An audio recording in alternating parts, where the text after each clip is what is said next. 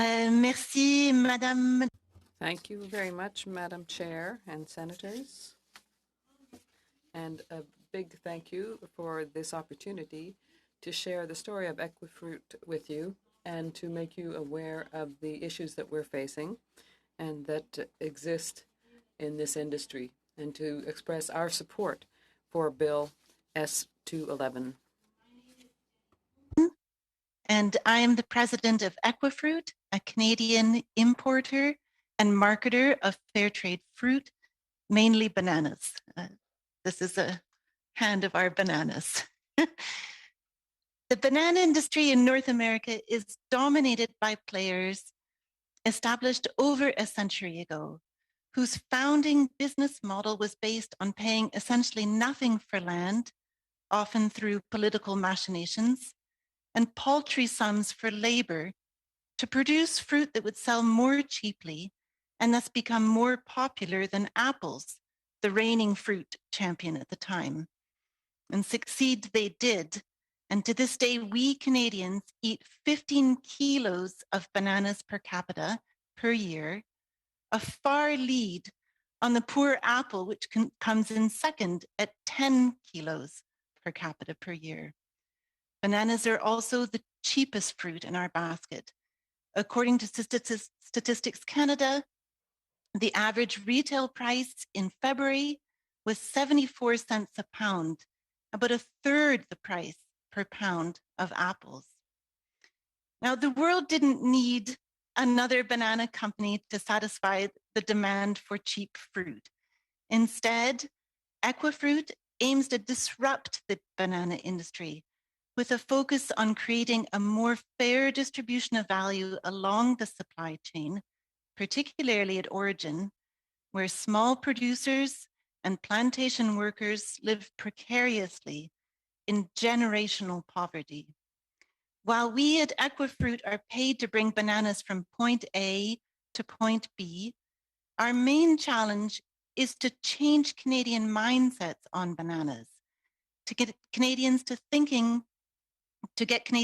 about where this fruit is grown, by whom, and under what conditions. This can make for awkward conversations, and it can make a lot of people uncomfortable. From our start, all of Équifruit's fruit has been certified by Fairtrade International with its attending price, social premium, and responsible production frameworks, including the prohibition of child and forced labor. Though we are happy to see more and more retail partners and consumers choosing Équifruit's alternative fair trade bananas, fair trade bananas have less than 2% market share in Canada. So what do we do about the other 98%? The notion of cheap bananas is so ingrained in North American consumer culture that retailers often use bananas to cultivate price perception of their stores. While the price of other goods have been allowed to rise with inflation, banana pricing has been stuck in a counter-inflationary time capsule. The average retail price of bananas in January of 1995 was 62 cents per pound. In 2022 dollars, this would be $1.05 per pound. And yet we often see bananas priced at even lower than 1995 prices. This has disastrous consequences upstream and leads producers to look for ways to cut costs to meet unsustainable downward price pressure. And who is the most vulnerable in that whole supply chain? What corners can be most easily cut to satisfy our need for cheap bananas? Because this is when we learn that bananas don't all taste so sweet. That bridging the gap between those low prices at retail and the sustainable cost of production, sustainable economically, socially, and environmentally, there are people and children who subsidize our favorite fruit through their exploited labor and abusive working conditions. To give a few examples, the US Department of Labor's 2020 list of goods produced by child labor or forced labor includes bananas. A recent report on labor conditions in the Guatemalan banana industry found that 85% of production takes place on non-unionized farms, supplying the major banana companies, where laborers work under slave-like conditions, 68-hour average work weeks for $5 US per hour. This isn't pencil pushing. This is hours and hours of hard physical labor where workers report high levels of verbal and sexual harassment with few workplace safety precautions.